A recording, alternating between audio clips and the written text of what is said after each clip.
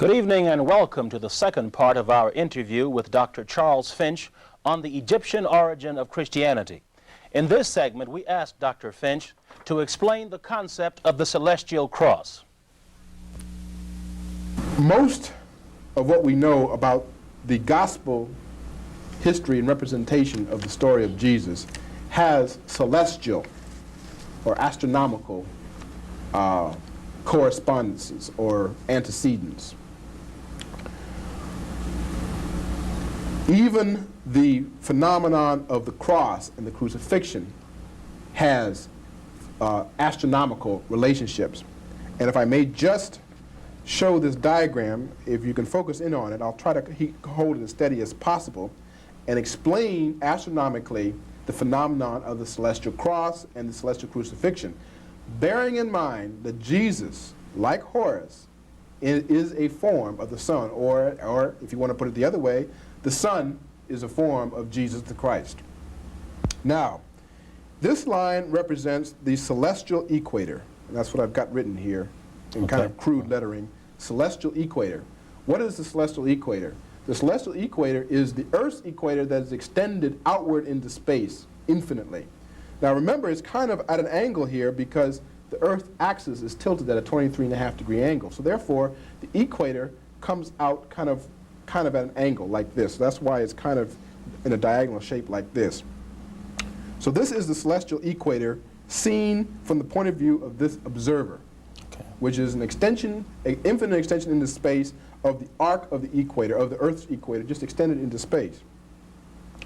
This line represents the ecliptic. Now what is the ecliptic? The ecliptic is the apparent path of the sun as it moves from the winter solstice on the 21st of December to the summer solstice on the 21st of June. I say apparent path of the sun because it's what the sun appears to do as we look at it. Obviously, we are rotating around the sun. The sun isn't moving around with regard to us. But when we look at the sun, it appears to move in the period of 6 months from a low point in the winter solstice to a high point in the summer solstice. Okay?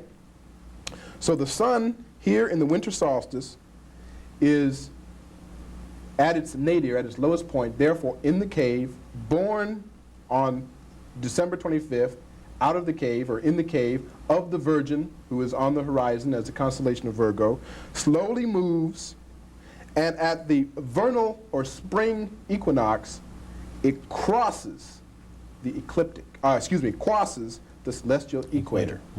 At that point, you have a celestial crossing. That is the equinox, the day when day and night are equal. And after the equinox, or at least the spring equinox, day begins to exceed that of night. So here you have, interestingly enough, a Passover. That is the sun on the ecliptic path passing over the equator. And you have a crossing. That is the sun crossing the celestial equator. So right at this point, where I've got it right here, that is the point of crossing, i.e. the point where the sun is, figuratively speaking, crucified. Now, the crucifixion and the Passover are equinoctial festivals. They happen right at the equinox. Okay? And in fact, I think our Easter is generally the first full moon after the equinox. But it is a festival that relates to this crossing of the sun. So the crucifixion of the Son Jesus happens not only on Calvary on earth, it happens on Calvary in the heavens. And in fact, to even lend a more interesting parallel, or a more interesting analogy, now the word Calvary is a Latin word which is calvarium. The calvarium is the skull. Okay? Allegorically speaking, the equator can be figured, because it stands as an arc out into space, the arc of the skull, or the arc of the calvarium, i.e. Calvary. It is also a mountain, because of its arc spinning out into space. So right here, At the spring equinox, where the sun in its ecliptic path crosses the equator, you have a crucifixion of the sun on the Mount Calvary, Mount of the Skulls, in the heavens. Okay. Whew. We got another one for you. The solar character of Jesus in connection with the Palm Sunday procession of Jesus into Jerusalem. Can you tackle that one? Yes. I think that is actually one of the most beautiful and sublime of the symbolic imagery that relates to the celestial character of Jesus, Jesus the Christ. On Palm Sunday, a week before Easter, he mounts the back of an ass and is led into Jerusalem, with palms strewn in front of him.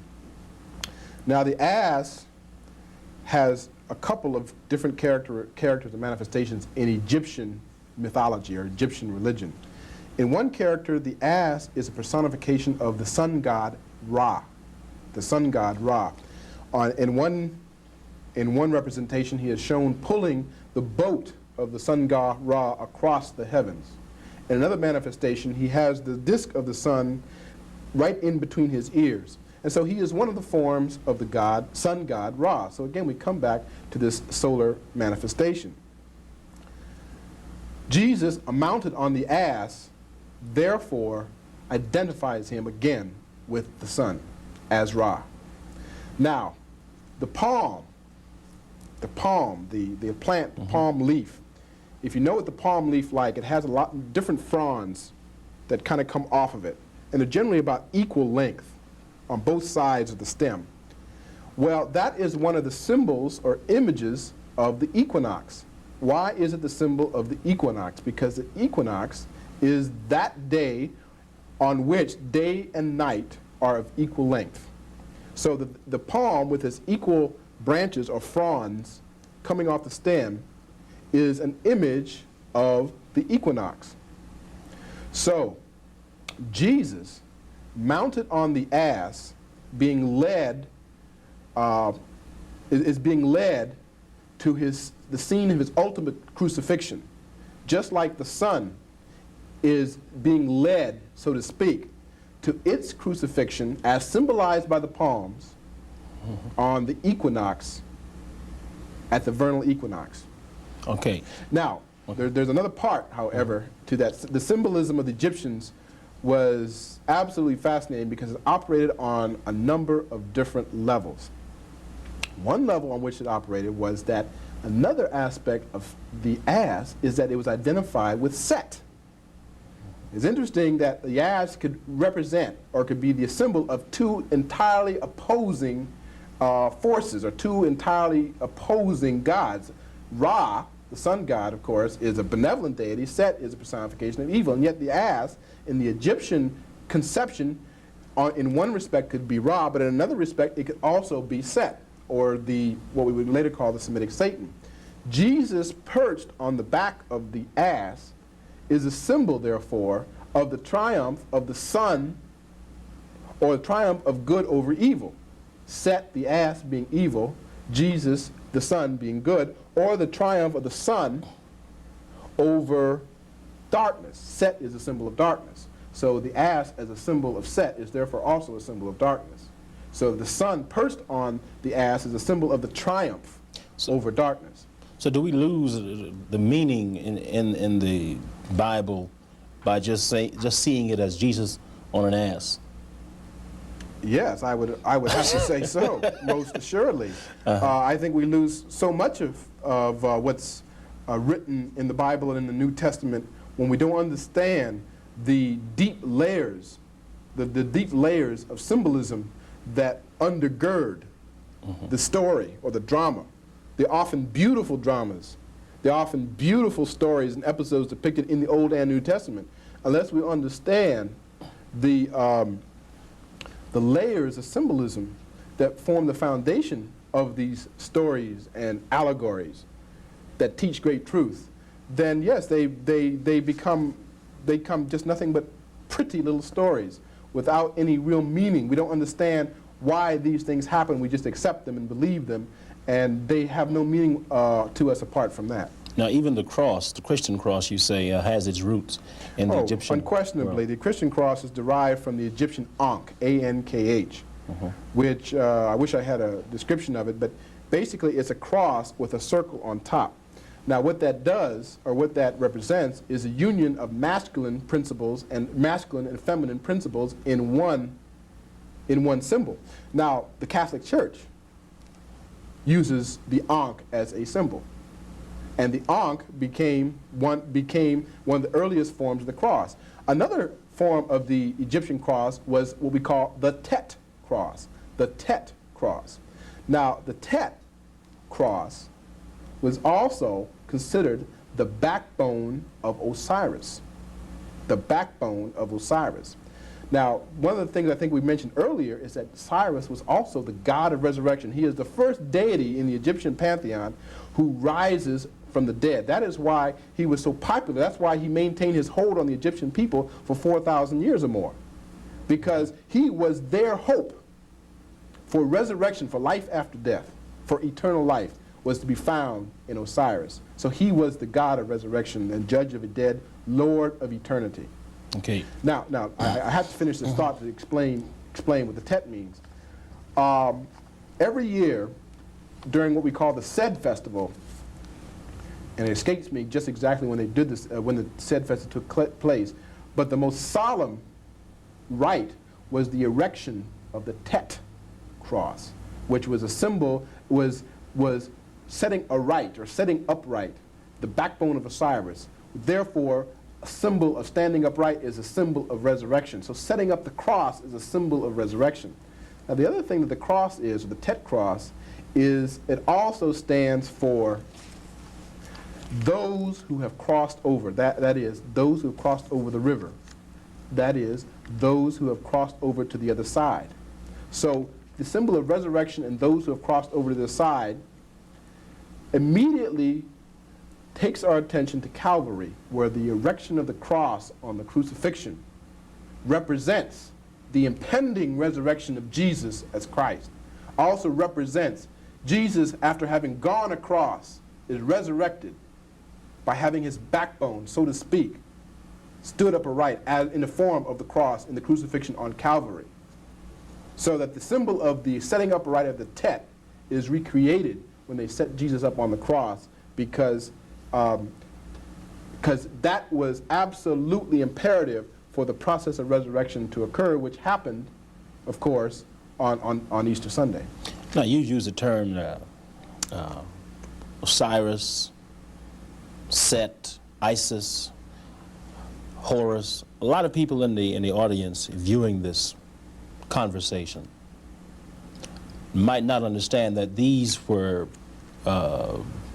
divine figures, if you will, developed by black people. How do you feel about that kind of ignorance today in 1985? Well, I think I would answer this question by saying that the mental abasement of any individual or group of people has to be predicated on a loss of their understanding of their history. Okay? A friend of mine has said that one of our problems that we face today is that black people, as a group, generally seem to think that their history is bounded by a 500-year circle, beginning with 1492, the Columbian voyages to the New World. And that beyond that, there is nothing. There is only darkness. And so by nature, therefore, when you're cut off from the root sources of your present, and therefore of your future, individually or collectively, there's nothing to happen except for a kind of individual as well as mental collective amnesia, which is really a collective form of death. So that an understanding of these things that I have been talking about, to me, is akin to resurrecting the Tet cross, is akin to setting the cross up aright, because that is the image of resurrection. Now, many in the audience might think that the things that I'm saying, which are very challenging, very disturbing, very threatening even, are turning Christianity upside down on its head. No, that's not what I'm seeking to do. I'm seeking to stand Christianity right back up on its feet where it belongs. And by setting it up on its feet, akin to setting up the Tet Cross, the real act of resurrection and reviving collectively and individually will begin to occur. You say that there are not only are there parallels between the Egyptian religion and the later Christian religion, but that a Nigerian deity warrants attention. What about that, please? Okay, let me kind of say more clearly what I'm. Okay. If I haven't said it from the outset, I don't think there's merely parallels. I think there's an ontological relationship. What does that mean? That is that there is a direct causal relationship between what I call the Kemetic or Egyptian religious ethos and Christianity. Okay. That certainly, if you look at the earliest, Christianity's earliest form was to my estimation, a Kemetic religion. So it's not just that there are interesting parallels. I think that there is a direct etiological, if I may use a medical term, I am a physician by trade. That's etiological meaning causative relationship. That's still bad for my audience. But go ahead. Etiological meaning causative relationship between the Kemetic or Egyptian religion. It's not just a coincidence. It's just or just interesting parallels. That there is a direct road beginning in the Kemetic experience, and I wouldn't even say culminating in Egypt, but certainly, Christianity, but certainly finding a flower in Christianity, at least from the point of view of the development of Christian religion. I don't think the culmination is over yet. That's why I say that. Okay. Anyway, West Africa is also extremely fascinating from a couple of standpoints, in that 95% of the peoples of African descent in this country and in the Western Hemisphere came from West Africa. But Cheikh Anta Diop has shown, again, a close linguistic, ethnic, metaphysical, and cultural relationship between the Kemetic phenomenon of the Nile Valley and most of your important West African peoples. And indeed, he says that your most important West African peoples originated in the Nile Valley, and so brought the whole Kemetic cultural baggage to what we call West Africa, including the Dogon, the Wolof of Senegal, the Dogon of Mali, the Yoruba of Nigeria, the Akan of modern-day Ghana, the Fon people of what today we call Dahomey, so that those people have carried the survivals out of the Kemetic phenomenon and had reimplanted them in West Africa. If you look at the Yoruba religion, fascinating from a number of standpoints, it's interesting to focus in on the history and story of Shango. Shango, among other things, is the Yoruba Orisha. Orisha meaning God. Well, it can mean God, deity, but it's also in the sense of ancestor deity as well. There's a certain element of ancestor worship or ancestor veneration in that too. But the Orisha, or God, Shango, he is the god of thunder and lightning, the personification of the storm of thunder and lightning. Shango apparently was a real historical personage, as, by the way, Osiris was supposed to have been, who lived and reigned as a king in the very early part of the history of the kingdom of Oyo, O-Y-O, Oyo, which is the original Yoruba kingdom in what is the modern western Nigeria. Now, Shango, in the course of his reign, ran afoul of his people, was driven out of his kingdom, and ended up, there are variations of the myth, ended up getting hanged, okay? When he was hanged, he went down into the bowels of the earth, and then he was resurrected, climbing up on a chain to the heavens, where he became a god. And his personification is the ram. Now, what does this have to do with the Christian story? Well, Jesus, too, was a king. He was styled, at least by his followers, the king of Israel. He, too, ran afoul of his people. He, too, was hanged. You know, we generally think of Jesus as being crucified in the Roman fashion on a cross. But if you look in the Acts of the Apostles, and also I think in the letters, various letters of St. Paul, you will find that in the New Testament they say that Jesus was actually hanged from a gibbet, like a common criminal, just like Shango was. He was buried and descended into hell, or into the underworld, like Shango. And then he rose again from the dead and ascended to heaven, like Shango did.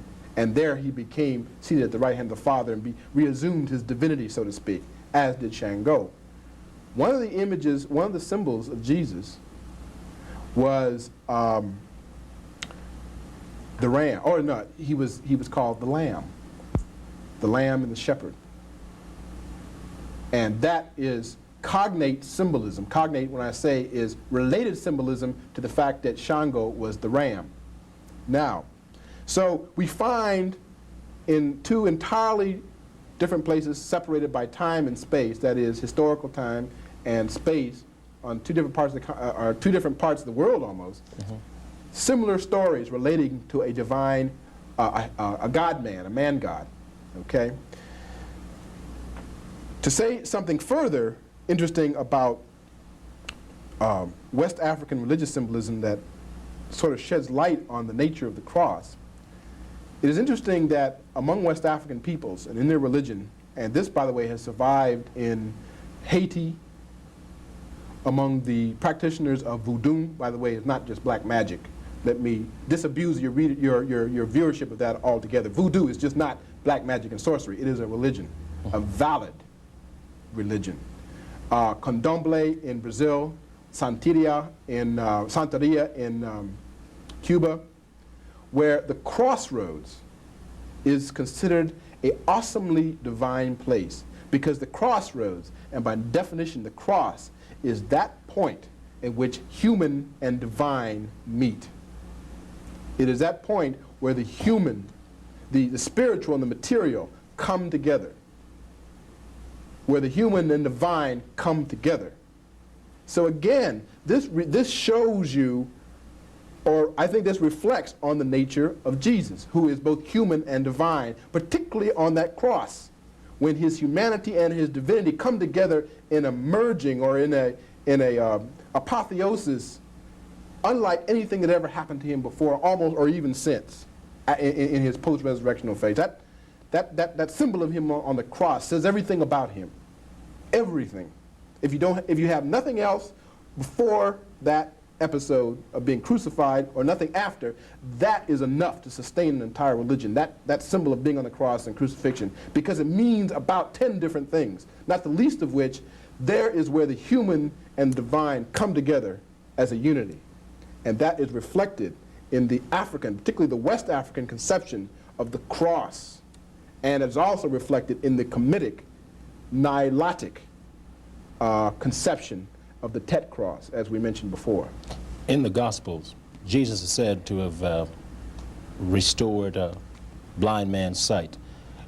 You cite an earlier parallel. Yes. Like I said, I think you could easily go through the entire New Testament and line by line show where there were parallels in a previous episode, or a previous element of the Kemetic religion of the Nile Valley, and show that there's a relationship. Horus, in his fight with Set, remember we talked about the war, or the combat between Set and Horus, as Horus was trying to avenge his father by defeating Set. In the course of his battle, he loses an eye. He loses an eye, and therefore becomes the blind Horus. Excuse me. Horus has a number of different aspects or manifestations. One of these is as the blind Horus. Well, the way in which his blindness is healed is that Thoth, again, the messenger god, the sort of angel Gabriel of the ancient Egyptians, takes some spittle, rubs it in some dirt. In fact, I don't even think he rubs it in dirt. I think he just takes a spittle and rubs it over the eye, and therefore restores the sight of Horus. Okay? This image of the spittle having divine magical powers is very, very, very ancient. And indeed, to kind of digress a little bit, if you look at some of the origins of some of the other Egyptian deities, you will find that the god Ra, no, it isn't Ra. It's, oh my goodness. Excuse me. It's one of the creator deities, and it's escaping me right now. He gives birth to the divine twins, Shu and Tefnut. The way in which he gives, now Shu is the god of air. The way in which he comes into being from his divine creator is that the creator sneezes, therefore expels air, and the god Shu is created. Now it's interesting to note that the word Shu, which is Egyptian, sounds like a sneeze. Oh, yeah. The word Hashu. Shu, exactly. His twin, who is his sister but also his consort, is Tefnut. And she is spat up. I mean, he spits, and she becomes the goddess of moisture. Now, if you look at the Egyptian transliteration of the word Tefnut, it looks like the way in which you would describe the act of spitting. So I guess what I'm trying to say is that this notion that the spittle itself has divine or numinous or magical qualities and properties is very, very ancient. It goes back to the very sources of Egyptian religion. And again, we find it in the New Testament. Okay, another example, the deaf and dumb man. Yes. One of the things that you find in the opening of the mouth ceremony is the dead person reobtaining the word, because the word becomes the image of life. Now, we heard about how Jesus restores hearing to the deaf man by rubbing his ears and opening up his ears, and also about giving him giving him the word. This concept of the word, again, goes right back to the very sources of Egyptian religion, because the word is what brings all life, all creation into existence. Now, that being the case, when a man dies, he is said to be dumb. That is, deaf and dumb. That is, without the word.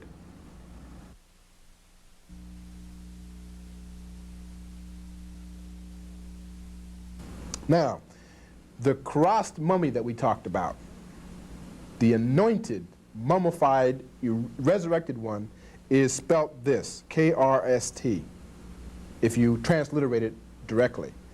Compare this to the Greek word for the anointed, resurrected one, Christos, which gives us our word, Christ. So again, you take our word Christ, which means the anointed one, the resurrected one, it goes right back to the Egyptian origin, Christ. One of the things that you find in the opening of the mouth ceremony is the dead person reobtaining the word, because the word becomes the image of life. Now, we heard about how Jesus restores hearing to the deaf man by rubbing his ears and opening up his ears, and also about giving him giving him the word. This concept of the word, again, goes right back to the very sources of Egyptian religion, because the word is what brings all life, all creation into existence. Now, that being the case, when a man dies, he is said to be dumb. That is, deaf and dumb. That is, without the word. Now, in the earliest ritual, or the earliest part of the ritual of resurrection of the Egyptians, there is a ceremony called the opening of the mouth ceremony. After the man, there's a long ceremony of death and resurrection. And the first part of that, described ad infinitum on all the Egyptian inscriptions, or religious inscriptions, is the opening of the mouth ceremony. Now, that has been very obscure to a lot of people for a long time, what that meant, and what the significance of that was. And it wasn't always clear to me what it meant until, interestingly enough, my wife gave me the clue to the answer.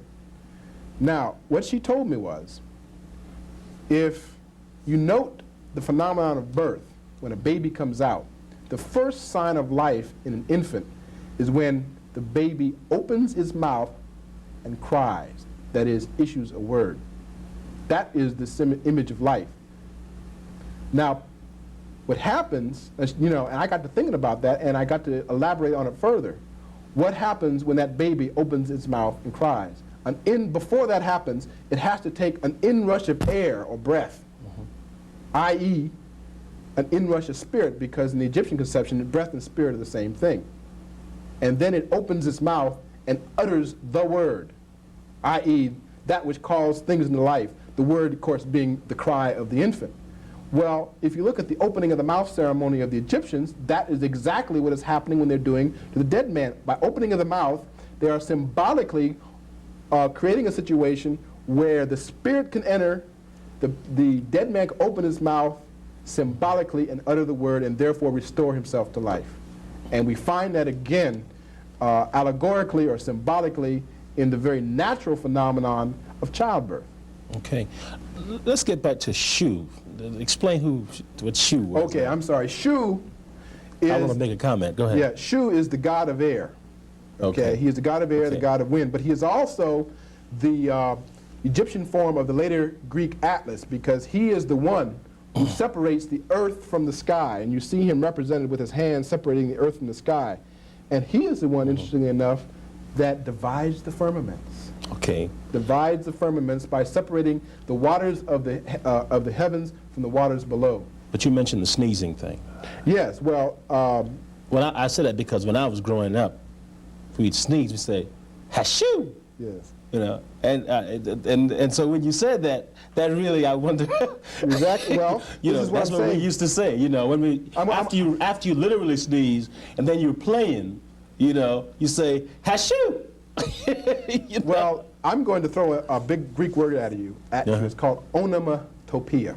Onomatopoeia. It means that word which sounds like the thing that it represents, i.e., the word boom is an onomatopoeic word. It means it sounds like the thing that you're trying to represent. The word bang is a similar onomatopoeic word. It sounds like the thing you're trying to represent.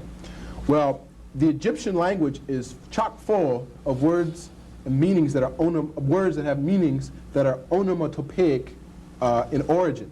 And Shu is a clear example of that, of the act of expelling breath in a sneeze, giving you the achu or the hachu, and they Egyptians taking that sound and creating a word meaning something divine out of it. Now, interestingly enough, the reason why we say bless you after we sneeze, or someone says bless you to somebody after you sneeze, is because, remember, we're talking about air being the spirit of life.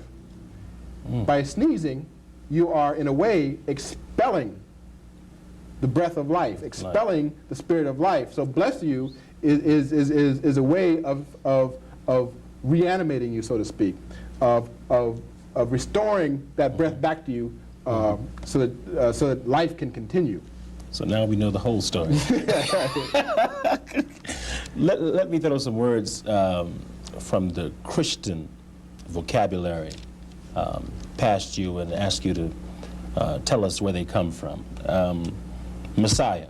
Messiah. Okay. Messiah, traditionally speaking, is a Hebrew or Aramaic word. Means the anointed one or the anointed king. It comes from its root is from the Egyptian word mes, M-E-S, which means born of, birth, child of, son of. Sometimes young man, too.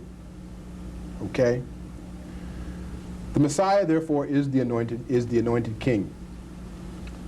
Its root has to be M-E-S. One of the Egyptian deities was Iu, who was the prototype of the god Yah, who was a prototype of Jehovah or Yahweh. Now, if you take the word mes, M-E-S, and add on to it you, you get Messiu, which means born of Yahweh or Jehovah, which gives you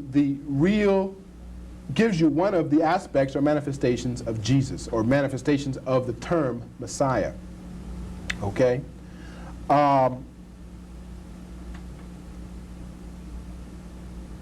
The Mesu, M-E-S-U, was also called the anointed child. So again, we have a Hebrew word taking its direct antecedents from the Egyptian concept and the Egyptian word. Christ. Now Christ, the word Christ comes directly from the Greek word Christos, K-R-I-S-T-O-S. It is a word that means anointed, and is a Greek translation directly from the Hebrew word Messiah. Now again, as you may expect, there is an Egyptian origin to that word too. Now one of the manifestations of Osiris was as the mummified resurrected one. The mummified resurrected one, and by definition the mummified one is also the anointed one, because in the process of mummification, they use special oils and myrrhs and things like that to wrap up or do the process of mummification. And then of course, as a part of the ritual of resurrection, the mummy is anointed. So he is the mummified one, he is the anointed mummified one. Now, the Egyptian word for the anointed mummy in the form of Osiris is karast. Now, if you again take the Egyptian letters, and transliterate them directly, they come out like this. Now, before I get to that, let me just back up a little bit and show the audience, if they can push it back to you some. Yeah, if they can focus in on this chart a little bit. Here is the Greek word asar, as we talked about before. Here is the Egyptian word asar, as we talked about before. Here is the Greek word Osiris. Osiris is just a Greek form of the word asar. Here is the Egyptian word ast. Here is the Greek word Isis. Here is the Egyptian word Heru. We talked about that earlier. And here is the Greek word Horus. Now, the karast mummy that we talked about, the anointed, mummified, resurrected one, is spelt this, K-R-S-T, if you transliterate it directly. Compare this to the Greek word for the anointed, resurrected one, Christos, which gives us our word Christ. So again, you take our word Christ, which means the anointed one, the resurrected one, it goes right back to the Egyptian origin, Christ. And again, that relates to the anointed one, who is the mummified one, and who is therefore the resurrected one. So again, we see a direct connection, not merely a parallel, but a direct connection between a word and a concept, which is fundamental to our conception of our religion, that is Christ, going back to an Egyptian original. And this one I found fascinating, Lazarus. Yes, Lazarus. A number of scholars and researchers had made mention of the nature of Lazarus as depicted in the Gospels. Now, let's recount who Lazarus is in the Christian Gospels. He is the brother of two sisters, Martha and Mary. He dies. Martha and Mary go to Jesus and ask him to come to see and administer to their brother Lazarus, who had died. Jesus comes, first of all, he says, I am the resurrection and I am the life. He comes to Lazarus. He says to Lazarus, Lazarus, rise and come forth. Rise and come forth. Lazarus comes out swathed in linen bandages, rises up, and it comes out, walks out, swathed in linen bandages. Okay. Let's take the example of Osiris. Osiris has two sisters, Isis and Nephthys.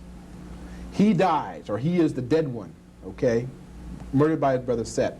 The two sisters are depicted as mourning over him, just the way Martha and Mary mourned over Lazarus. Then they call upon Horus, who is Osiris' son, to come and minister to him. Osiris anoints him and then tells him to rise and come forth to thy house. In some versions of this story, it is the two sisters who say, rise and come forth, but in others, it is Horus, and you actually see him, Horus telling the mummified Osiris to rise up and come forth.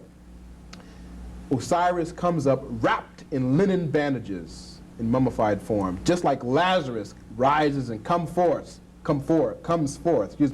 wrapped in linen bandages.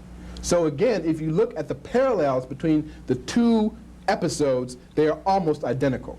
Just almost the names have been changed. But it gets even more interesting when you consider the name of Lazarus himself. We have to break down the name Lazarus in this fashion. I almost think I should write this down, but I think it'd be difficult in the circumstances. You'll put it on the screen. Go ahead. You can break down Lazarus as L, capital L, dash Azar, A-Z-A-R, which is the middle name of the word Lazarus, and then the terminal is U-S. Okay? Let's break it down linguistically or etymologically. The letter L is equivalent to in the Semitic languages, El, which means the. We see this, by the way, in Spanish, which L also means the. L in French, L-E, le, also means the. So what I'm saying is that word L in the word Lazarus means the. It is what we call, I think, the definitive article. Now, Azar, which is the middle part, and therefore the real part of Lazarus' name, L-A-Z-A-R, is equivalent to this word Asar, which means Osiris.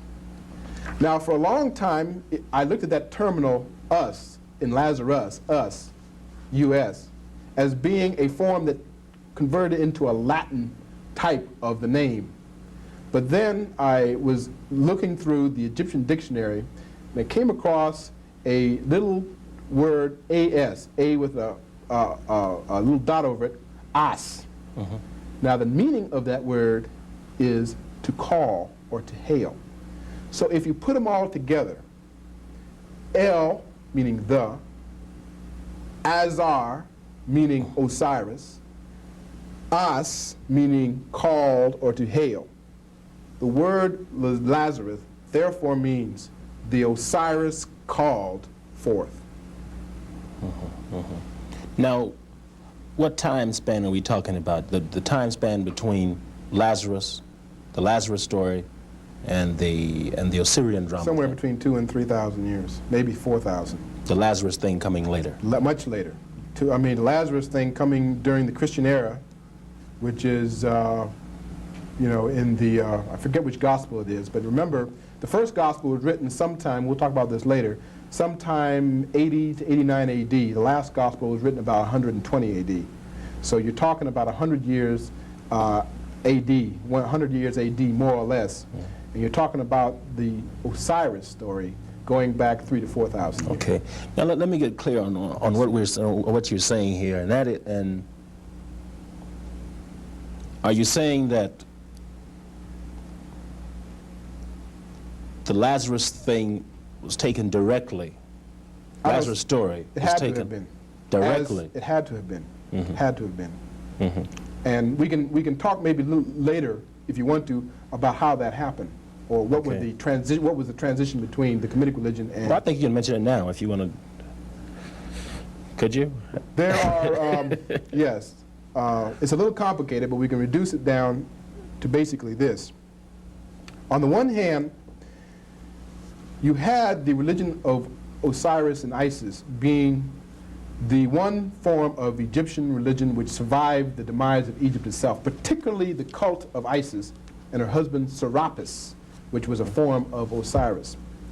Now, Isis became a very, very vigorous and popular cult or religion among the Ptolemies, that is, the Greek people who ruled Egypt in the last 300 years BC. She was always figured, by the way, always shown as a black female figure with holding a black baby. When Rome conquered Egypt, the Isis cult, again with and actually she was, in this sense, more predominant than Osiris, interestingly enough. Osiris, even though he was part of this as Serapis, he was not nearly as important as Isis and her infant Horus. The Isis cult, Isis-Serapis cult, moves or is transported to Rome, and despite great opposition, not only survives there, but flourishes there. And again, you're talking about a homegrown Egyptian religion that is taken up not only by the Greeks of Alexandria, but also eventually by large segments of the Roman population and of the Roman Empire. The cult of Isis becomes so important, so vigorous, and so popular that in terms of just sheer number of adherents or worshippers, it rivals the cult or the religion of Jupiter and of Mithra. The Roman soldiers, when they conquer Europe, take her cult, take her religion and her figure all over the parts of Europe where they conquered, and what is today Spain, France, Germany, Switzerland, Italy, and they set up shrines to her, the black Isis with the black child. Christianity in 400, 500 AD also later on moves into Europe. And instead of destroying those shrines, because they had such a hold on the populace, they took that black Isis and child and turned it into the black Madonna and child, i.e. And this black Isis, physiologically speaking, in terms of its physiognomy, African, no question about it. In fact, not just black on the surface. No. Because if you look at, even if you look at some of the frescoes in Pompeii, and they show the practice of the cult or the religion of Isis, she is depicted again as an African or Ethiopian-looking woman, and all of her priests invariably are Ethiopians, always, at least in that fresco. Okay. So that is one way in which Egyptian religious ideas through Isis, the cult of Isis, very readily made its gain currency throughout the Mediterranean. And in fact, many commentators in Rome said that there's no, in the early days of Christianity, said they couldn't see any difference between Christians and those who worship Serapis and Isis because their practices were so closely the same.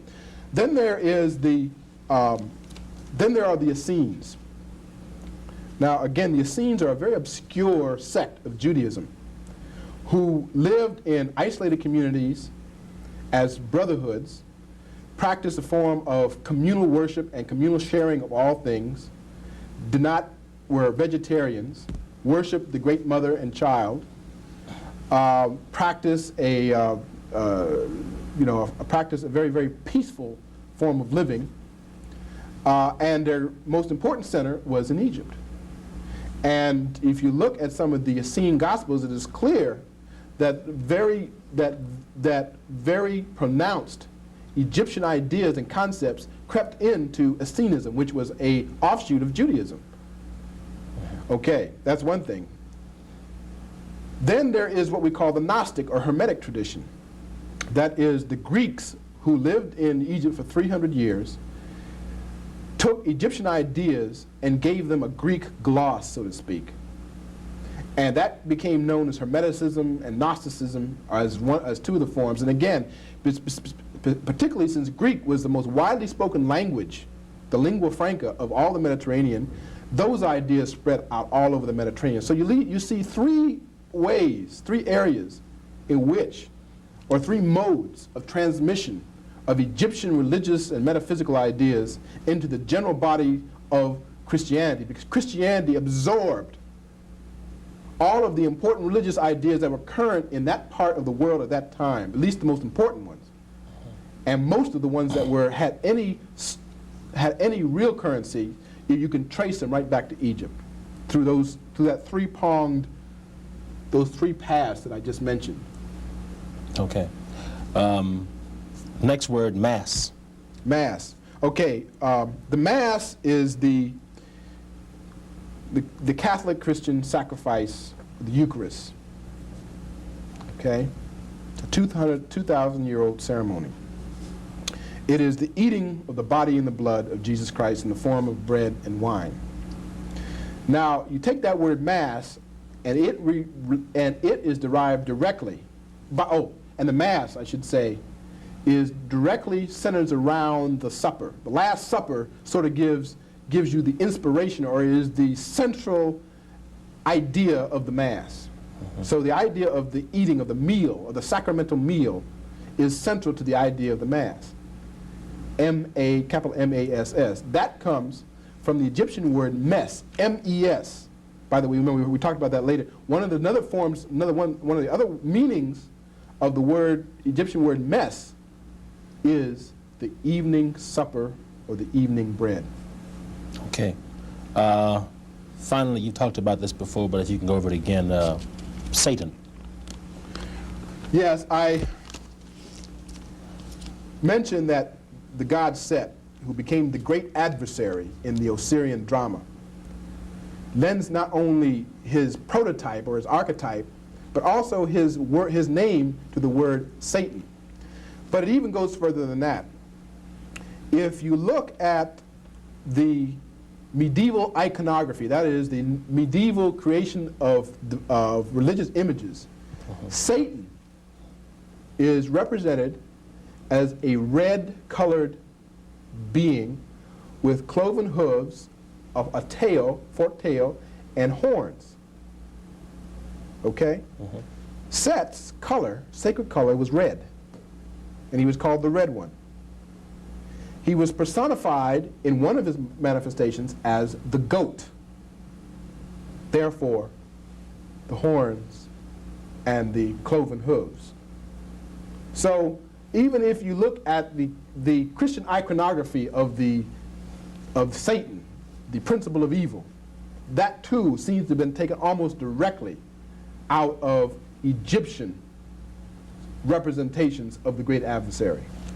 In your paper, you give an interesting explanation of the term spirit by writing about Osiris as a corn or grain deity.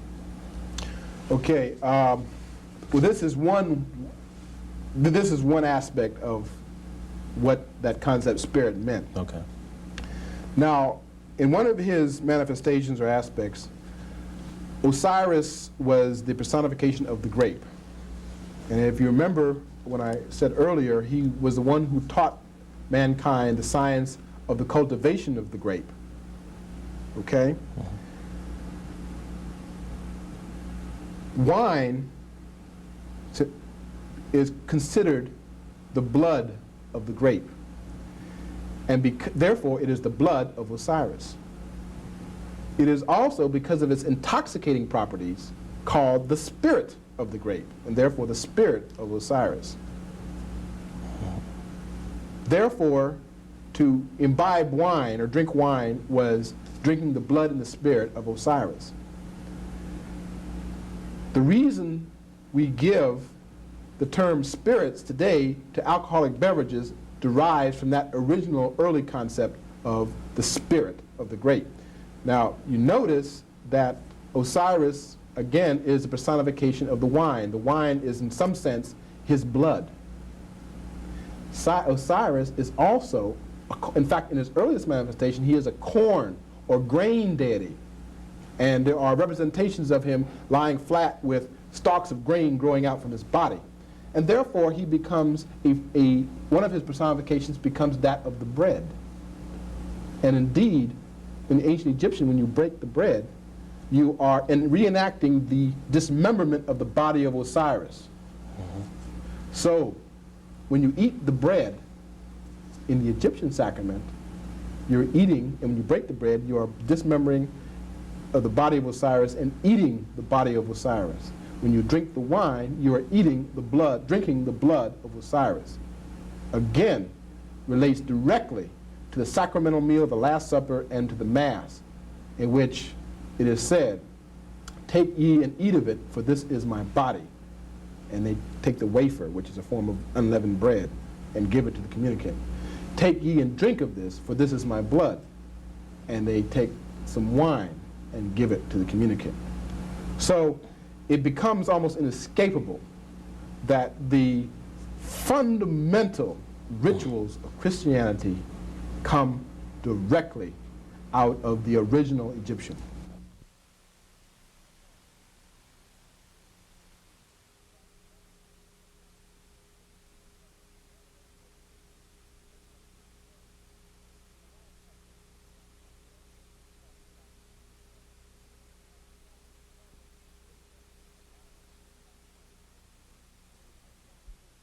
the cult of ISIS becomes so important, so vigorous, and so popular that in terms of just sheer number of adherents or worshipers, it rivals the cult or the religion of Jupiter and of Mithra. The Roman soldiers, when they conquer Europe, take her cult, take her religion and her figure all over the parts of Europe where they conquered, and what is today Spain, France, Germany, Switzerland, Italy, and they set up shrines to her, the black Isis with the black child. Christianity in 400, 500 AD also later on moves into Europe. And instead of destroying those shrines, because they had such a hold on the populace, they took that black Isis and child and turned it into the black Madonna and child. I.e. And this black Isis, physiologically speaking, in terms of its physiognomy, African, no question about African. it. In fact, not just black on the surface. No. Because if you look at, even if you look at some of the frescoes in Pompeii, and they show the practice of the cult or the religion of Isis, she is depicted again as an African or Ethiopian-looking woman, and all of her priests invariably are Ethiopians, always, at least in that fresco. Okay. Good evening and welcome to the final segment of our interview with Dr. Charles Finch of the Morehouse School of Medicine on the Egyptian origin of Christianity. In this segment, we asked Dr. Finch to describe the first human representation of Jesus Christ. I should preface that by saying is that in the Christian iconography of about the first 4 centuries or so, or even longer, when I say iconography, I mean representations of religious images. There was no human figure of Jesus ever represented. There was no human figure placed on the cross as the crucified figure. There were no human figures of Jesus painted or pictured.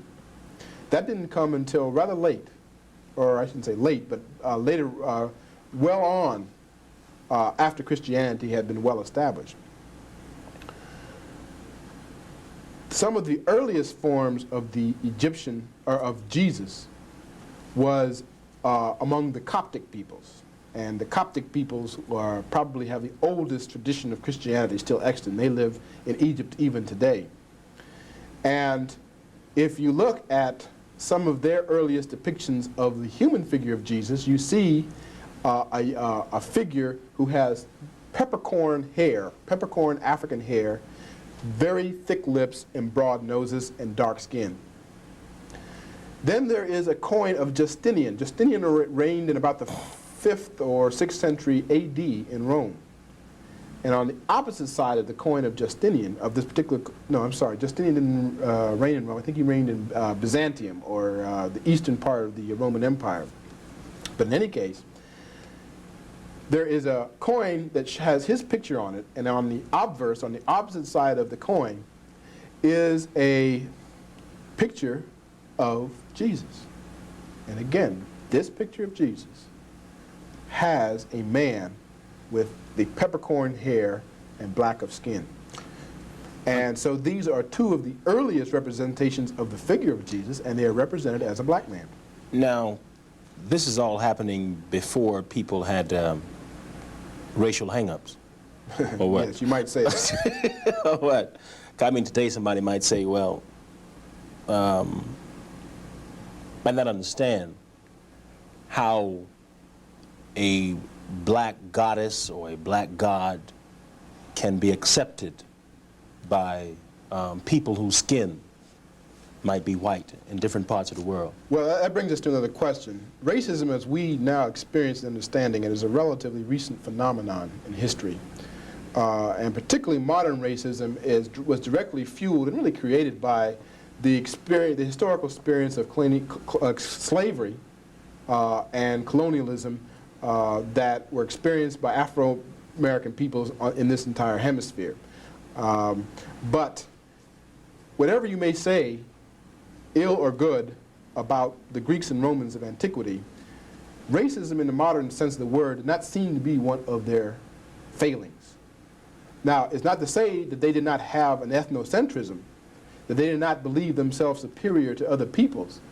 But it was their superiority, or their sense of superiority to other peoples, was never based on any racial factors. In fact, if you look at their descriptions of other peoples in the world, the peoples who they seem to have the most admiration for were the Ethiopians and Egyptians, particularly the Ethiopians. And you see that among the Greeks. And Homer describes the Greek gods, Zeus, the highest Greek god, the most important Greek god, when he comes down to earth to mingle among humankind, he doesn't go and mingle among the Greeks. He goes and mingles among the blameless Ethiopians. Now Homer says this. And so racism, as we understand it, did not exist in the low antiquity, or the period of the Greek and Romans, to anything like it does today. So that, and the more enlightened Greeks and Romans were very, very cognizant of where some of their religious forms and practices came from, and they had no hesitation about admitting such. Everyone from Herodotus to Diodorus to Pliny to Plutarch and Ovid and Lucian, who wrote the Metamorphosis, or the Golden Ass, were very ready to admit that many of the religious practices of Greece and Rome came right out of Egypt and Africa beyond. So they had no. So for them, there was no. The racial identity of Jesus was no issue for them. It didn't matter. Tell us something about the historical Jesus, please. Okay. The one thing about the gospel Jesus that seems to really strike the enlightened and impartial investigator is that there's grave questions whether he ever existed, at least as depicted in the Gospels.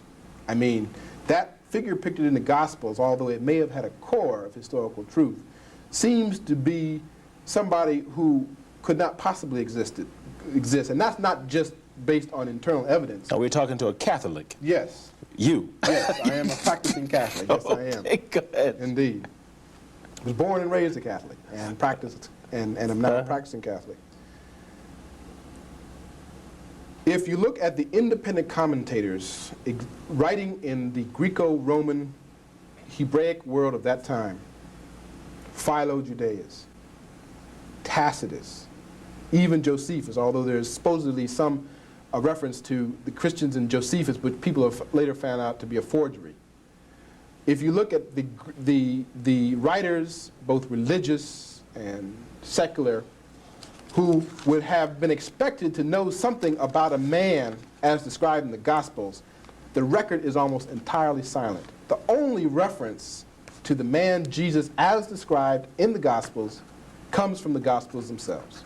The only reliable, all other reliable records or reliable references to that man do not exist, which does not say there was not a historical Jesus, because there indubitably was.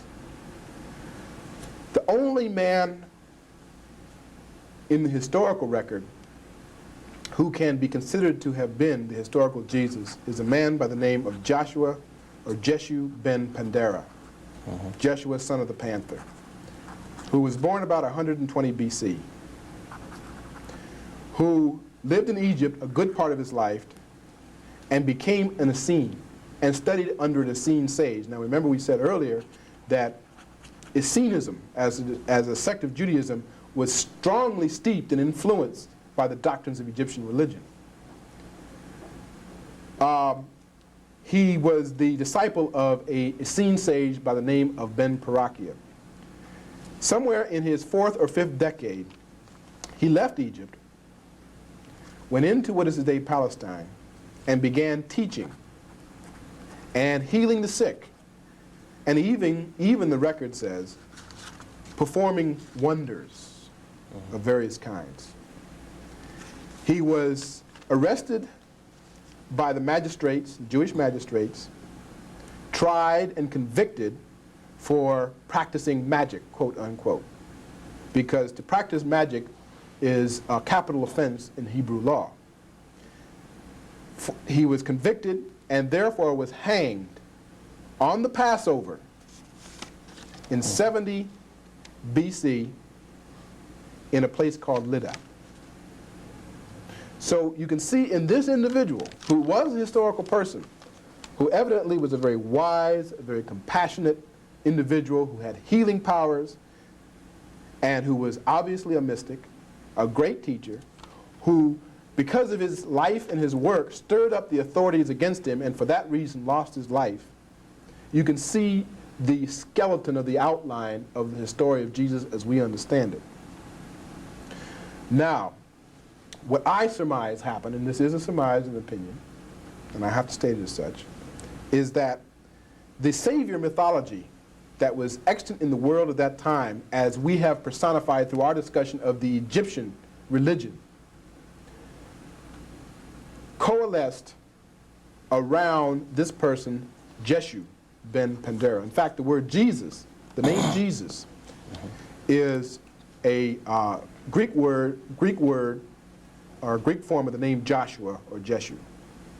So Jesus is really Joshua or Jeshu. Okay. And this man was named Jeshu or Joshua ben Pandera. Now, at that time in the world, the entire world, at least all of the Mediterranean world, was expecting a Messiah or a great figure to appear and usher in a new age. So there was this tremendous expectation of this person. And it seems to me that that expectation and the corpus of mythology and symbolism that already existed and had already been existing for maybe 4,000 years sort of settled around this person, giving rise to the canonical Gospels and therefore what we call historical Christianity. One thing you must realize, there were maybe a dozen or more Gospels. 4 were selected as being canonical. That means correct or acceptable or orthodox. The others were called apocryphal or false Gospels. So they chose, there were many, many Gospels and only 4 were taken. There were many other sects that had attributes that were very similar to what Christianity practiced in that time. But Christianity is the one that survived. My own surmise historically as to why Christianity was able to emerge as just an offshoot of Judaism. It was just, for a long time, considered just a sect of Judaism. A form of Judaism, just a obscure, insignificant little Judaistic sect. Has to do with the fall of the temple in 70 AD. Up to that time, the Jewish religion, the Hebrew religion, had an expectation of an earthly Messiah who would come and free them from their oppressors and inaugurate a golden age. What discredited that idea, that messianic idea, was the fall of the Temple of Jerusalem when the Romans captured Jerusalem in 70 AD and destroyed the temple and dispersed the Jews. What that meant then was that the Christian idea that the Messiah, or the great man that was expected, was not an earthly figure or historical figure, but it was a spiritual Messiah, and it was a spiritual kingdom that was meant in these prophecies and in this expectation. Therefore gained credibility or credence, because this expectation of an earthly Messiah was found to be, was just discredited because it failed against the might of the Roman legions.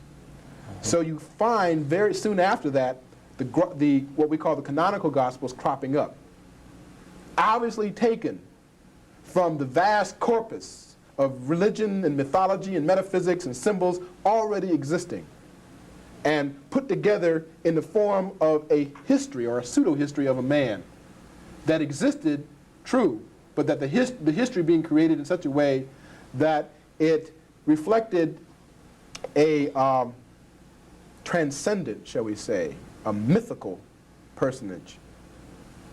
And that this gained credence because of the fall of the temple. So it's interesting that the Gospels that we use as the foundation of Christianity begin about 80 AD. And the last Gospel was written about 120 AD. So yes, there was a historical Jesus.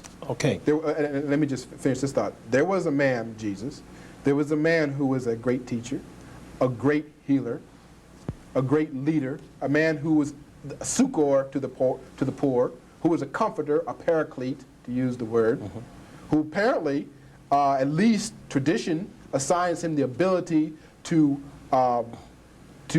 work wonders, however you define that, i.e. miracles. And that man was indeed hanged on the Passover, i.e. At the equinox, just like Jesus was. But these things happened some 100 years before the time that the Jesus story is supposed to actually occur. Okay. When you began to discover that Christianity had its roots in the religion of the black people of Egypt, how did you feel? Well, I don't know how to answer that because it was such a gradual process.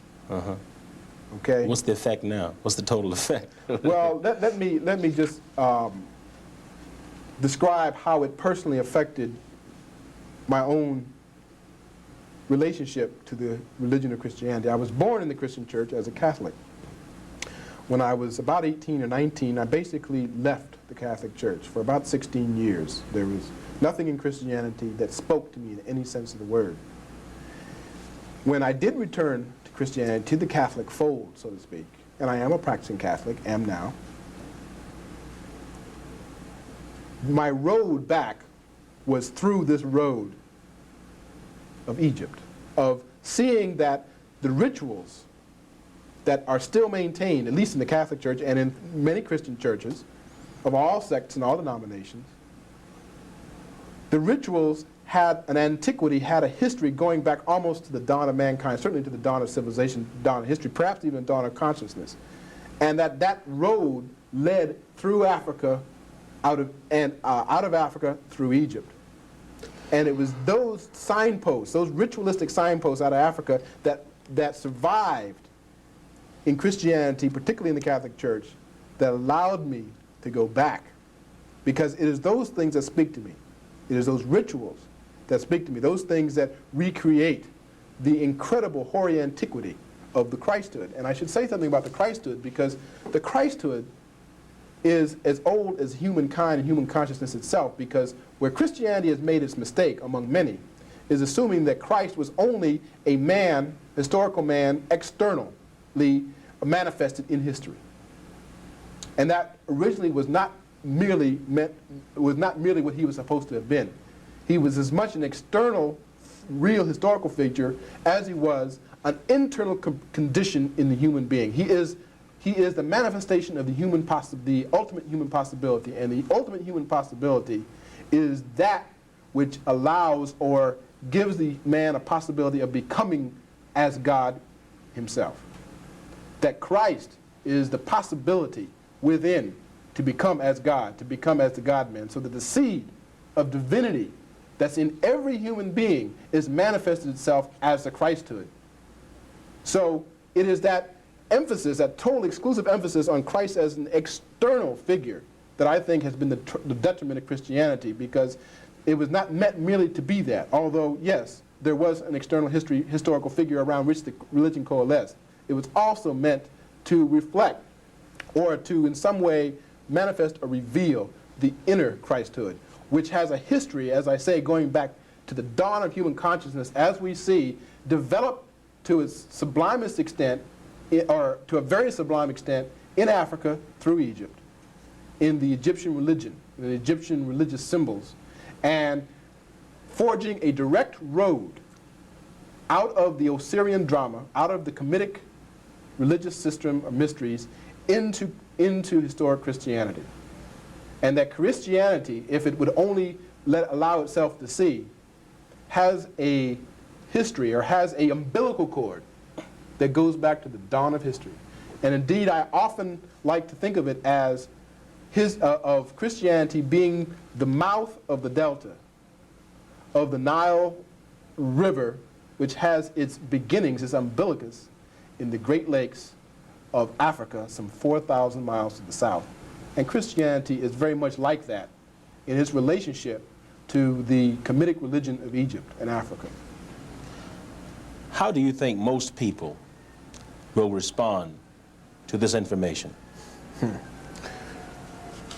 Oh, I think they would probably be frightened, as I mentioned, threatened, disturbed, angry, all of those things. I think a lot of black people will give it serious consideration, even in the process of being threatened by it.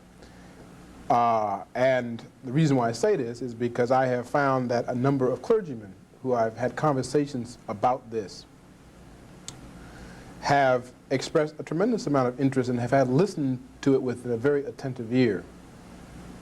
I always fond of saying that this doesn't have to and really shouldn't threaten your faith. If anything, it should strengthen it. If you understand the true antecedents and the true roots of this religion that you are a part of. I have even, like I said, I am a Catholic, and I've even given my talk about this before a couple of black Catholic priests. Mm-hmm. And again, got at least an attentive ear. And that's basically all you can ask for, is an enlightened, an impartial, well, maybe not impartial, but certainly an ear that listens with a willingness to listen seriously to it, mm-hmm. if it's valid, so that it should be rebutted or validated on its merits. Yep. Which, by the way, I also should mention may be a little impossible, because there's nothing about religion that is rational in that sense. I mean, a person's religion is as close to him or her as anything or everything else about him or her. And it's not anything that one can have a rational look at, or a rational response to, or a rational view of. So that may be asking a lot. But what I find is that if I had been talking like this, say, 5 or 10 years ago, I probably would have gotten a deaf ear all around. But I think that there is now a willingness to re-look at, to re-examine this faith for a whole lot of reasons, not the least of which have to do with political, cultural, social changes that have been going on in our society. And also because I begin to think that a lot of people, black and white, are tired of the same old platitudes being recycled. I mean, you go listen to a sermon or go and listen to someone preach, and they're saying the same things that basically they've been saying for generations on end, and it has lost its capacity to inform, let alone fulfill. Mm-hmm. So I do not offer this, by the way, as an antidote to that. No, I do not offer that for that reason, although some people have taken it in that light. I offer it because it is, from my perspective, the truth. What should this information do for black and white people? You know, it should make them realize that the truth will out. Now, the fact that this information I've been discussing and all this I have been saying has been suppressed and repressed for, well on 2,000 years, and it has been, says something right there. It says something about Christianity such as we practice it today was not meant to be predicated on the truthful or valid experiences of man in any fashion, spiritual, religious, social, political, or otherwise. And in fact, after the 3rd century, what happened to Christianity is it became an instrument of control, social and political control. And none of us can be blind to the outright crimes against humanity created in the name, perpetuated in the name of Christ. You can't turn a blind eye to that. And if what I'm doing is holding up a mirror to Christianity, and those who profess Christianity do not like what they see in the mirror, well, that's very often what happens when the truth will out. When the truth is out, it forges itself into, as people have said, a two-way sword, and it cuts both ways. And it can be very, very painful. It can even be devastating. Either you will just turn a blind, you will shut your eyes so you cannot see, close your ears so you cannot hear, and tape over your mouth so you will not speak. Well, if that is the response, that is a response. But by some people. most growth can be painful, right? Well, I think all growth and liberation, I might add, is by definition painful. You know, even physiologically, you know that young people experience growing pains.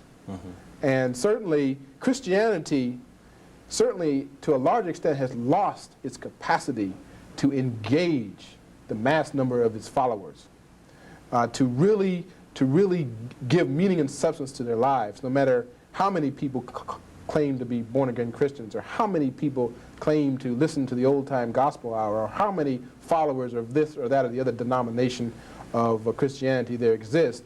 There's no question that Christianity and its leaders every day are losing the ability to mold the minds, let alone the spirits, of the people who profess Christianity. And part of that is because the lie that has been told in behalf of Christianity, and it is the real blasphemy.